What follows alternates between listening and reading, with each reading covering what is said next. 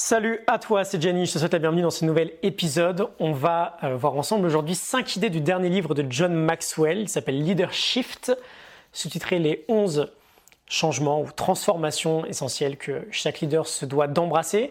On se base sur la morning note du livre, la fiche PDF, tu peux la télécharger avec le lien que je te mets en description. Ce lien te donne d'ailleurs droit à un accès gratuit à plus d'une centaine d'autres fiches. On parle de leadership. Aujourd'hui, un de mes sujets favoris, je te mets également un lien vers la masterclass que j'ai faite sur ce thème, 10 idées pour devenir un leader dans sa vie. Tu pourras aller regarder ça si ce n'est pas encore fait. Donc on y va, idée numéro 1, embrasser des changements de leadership. Maxwell nous dit, j'ouvre les guillemets, les bons leaders s'adaptent, ils changent, ils ne restent jamais statiques car ils savent que le monde est en perpétuel mouvement. Cela a toujours été vrai, ça l'est d'autant plus aujourd'hui dans une société où la capacité à pouvoir s'adapter n'a jamais eu autant de valeur. Et il ajoute, si vous voulez connaître du succès en tant que leader, vous devez apprendre à devenir confortable dans l'incertitude et être prêt à vous adapter en permanence. Je ferme les guillemets. L'idée principale du livre est là, on a un monde qui s'adapte en permanence. Et naturellement, on veut s'adapter et évoluer avec lui. Si on parle de leadership, par exemple, on ne peut pas se permettre d'agir de la même manière tout au long de notre vie. Il y a certains shifts, certains changements qui sont indispensables. On est dans un processus d'évolution qui ne s'arrête jamais. Alors on va voir ensemble quelques-uns de ces fameux changements. Par rapport au livre, on va voir le premier, le troisième, le sixième et le septième. J'ai retenu cette phrase également, il nous dit « Comment un leader peut-il prospérer en apprenant, désapprenant et en réapprenant ?» Nous devons embrasser le changement jour après jour et avoir la volonté d'abandonner ce qui a pu fonctionner hier pour apprendre de nouvelles manières d'agir et de mener. Je ferme les guillemets. Évidemment, un leader est une personne qui se remet sans cesse en question. On commence à approfondir avec l'idée numéro 2. Un leader fait briller les autres. Le premier leader shift est l'idée de passer du mode solo au mode chef d'orchestre. J'ouvre les guillemets, il nous dit « Les bons leaders font ce qu'ils peuvent pour faire gagner les autres ». Je ferme les guillemets. En tant que leader, notre job, c'est d'aider les autres à devenir meilleurs, c'est de les aider à briller. On veut se mettre dans une position où on aide les autres à atteindre leur plein potentiel, à fermer le gap, si on reprend nos propres termes sur cette chaîne, entre la version qu'ils expriment actuellement et leur meilleure version possible. Une autre idée très intéressante, il nous parle du fait que le leadership est comme une danse. On veut réussir à rester parfois devant, parfois à côté et parfois derrière les personnes que l'on veut faire briller. Devant pour les guider, tout en restant près d'eux, pour qu'ils puissent voir le chemin. L'idée, c'est pas de prendre 150 longueurs d'avance et de continuer en solo. À côté pour les accompagner, pour les écouter, et derrière pour les encourager à avancer dans leurs efforts, pour les pousser. Il nous parle aussi de 5 points pour respecter cette idée de faire briller les autres, apprendre à voir le potentiel chez les gens, les honorer devant les autres, les inviter à les aider à accomplir la vision qui nous rassemble, remarquer leur bon travail et les féliciter pour ça, et enfin les remercier pour s'assurer qu'ils se sentent valorisés. Donc idée numéro 2, un leader fait briller les autres. Idée numéro 3, la régularité du leader, ne jamais s'arrêter de grimper. Donc on est sur le troisième leader shift là, qui est d'arrêter de raisonner en termes d'avantages. C'est souvent ce qu'on met en avant, un statut ou un bénéfice lié à une certaine position de leader, mais plutôt de raisonner en termes de prix à payer, en termes d'efforts à fournir. J'ouvre les guillemets, si vous êtes un leader ou désirez en devenir un, vous devez toujours être prêt et engagé à grimper la colline en premier. Je ferme les guillemets, toujours être prêt et engagé. Pourquoi ? Parce que l'un des prix les plus importants, c'est toujours la régularité dans l'effort. C'est la cohérence, la constance. Et j'aime beaucoup, il met en avant le fait que personne ne sera jamais exonéré de faire le job. Et c'est aussi un thème récurrent qu'on a dans notre travail. On a toujours le choix entre faire la chose juste, mais potentiellement inconfortable, ou choisir le petit plaisir coupable, le bénéfice immédiat. Et c'est toujours plus dur de faire l'effort. C'est toujours plus dur, souvent, d'agir comme le ferait notre meilleure version possible. Et on veut l'accepter, cette idée, parce que ce sera toujours le cas. Il n'y aura jamais un moment où on sera exonéré. Il n'y aura jamais un moment où on pourra se dire « Tiens, c'est bon, j'arrête. C'est bon, c'est acquis pour moi. » Je t'avais partagé dans un épisode très récemment. J'écris chaque matin pendant ma petite routine d'écriture, j'écris « Day 1 », jour numéro 1. Parce qu'on a cette idée que c'est toujours le premier jour. On veut un engagement permanent. On veut du coup embrasser une régularité à toute épreuve.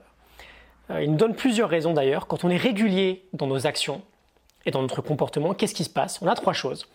On fournit une sécurité aux autres parce qu'ils savent ce qu'ils peuvent attendre de toi. On établit notre propre réputation. C'est dans la régularité que ça se passe. Fais une action importante pour toi tous les jours de l'année et tu verras l'effet incroyable que ça aura sur ta vie d'ici 1 ou 2 ans. Et enfin, la troisième, elle est naturelle. Quand on progresse chaque jour parce qu'on agit comme étant la meilleure version possible, le meilleur leader possible, on met en place une sorte d'effet cumulé qui est inestimable. Donc idée numéro 3, ne jamais s'arrêter de grimper. Idée numéro 4, sans doute ma favorite, c'est le 6e leader shift du livre, du grimpeur d'échelle au constructeur d'échelle. Celle-ci, je pense que ça vaut le coup qu'on prenne un peu de temps pour développer. La base, c'est l'idée que le leadership, ce n'est pas purement une quête personnelle. Okay, on œuvre pour quelque chose qui nous dépasse. J'en parlais d'ailleurs dans la masterclass, tu as le lien en description. Un leader, ce qu'il souhaite, c'est pas juste avoir des followers. Son but, c'est de créer à son tour des leaders. C'est ce qu'on appelle la loi de reproduction du leadership, qui vient d'ailleurs de Maxwell. Et donc, il nous parle de 4 niveaux de leadership que l'on peut rencontrer dans notre vie. C'est extrêmement inspirant. On va les parcourir un à un en s'arrêtant un peu plus sur le premier. Donc, premier niveau, c'est le grimpeur d'échelle. Au premier niveau, on construit notre propre échelle. La question essentielle, c'est jusqu'à quelle hauteur je peux monter. On veut grimper cette échelle en se basant sur nos forces, en se créant des opportunités, et on veut respecter quelques règles. S'assurer que notre échelle est placée sur des fondations solides et intègres. S'assurer qu'elle soit placée sur le bon bâtiment.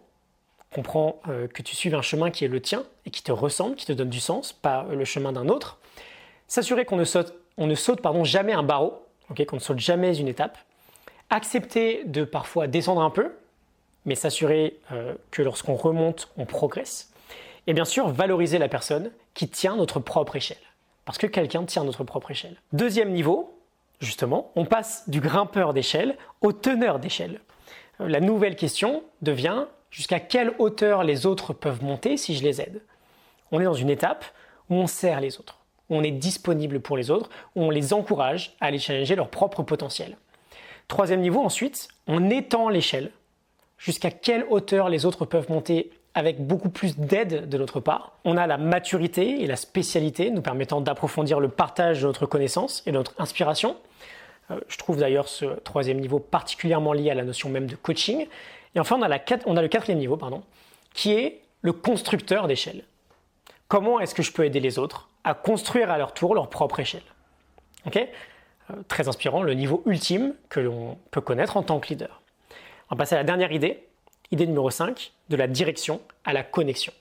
C'est le 7e leader shift du livre, le 7e changement. Il nous parle de 7 qualités à cultiver dans notre propre quotidien pour passer de ce qu'il appelle le leadership autoritaire au leadership collaboratif.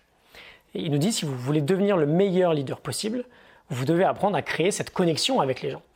Donc cette qualité, la première, c'est l'humilité. On en parlait dans d'autres livres sur le leadership, notamment avec Jocko Willink dans Extreme Ownership. Je te mettrai un lien vers cet épisode-là. On a la curiosité, on a l'effort.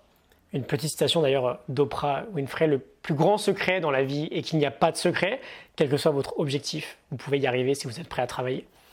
Ensuite, on a de la fiabilité. Naturellement, on doit pouvoir compter sur un leader. Maxwell parle d'ailleurs de 3 composantes pour cette fiabilité: intégrité, régularité et compétence. Ensuite, on a la générosité, avec une autre petite citation d'Albert Einstein: ce n'est que lorsque les hommes vivent pour autrui qu'ils commencent à vivre vraiment. Et enfin, les 2 dernières qualités, l'écoute et l'appui. J'avais noté d'ailleurs une dernière petite citation, j'ouvre les guillemets une dernière fois du coup. Je pense que la plupart des gens ne sont pas suffisamment appuyés. Vous pouvez corriger ce déficit en devenant un leader qui encourage. Et je m'arrête juste quelques secondes là-dessus avant de fermer la boutique. On en parlait dans un épisode sur comment croire que l'on peut réussir. Les encouragements des autres sont très importants.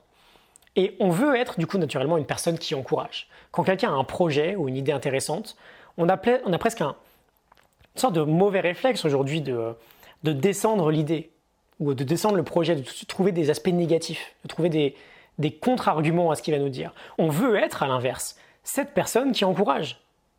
En général, ça montre une frustration chez nous en fait, lorsqu'on n'encourage pas quelqu'un qui a quelque chose d'intéressant en tête ou quelque chose d'innovant.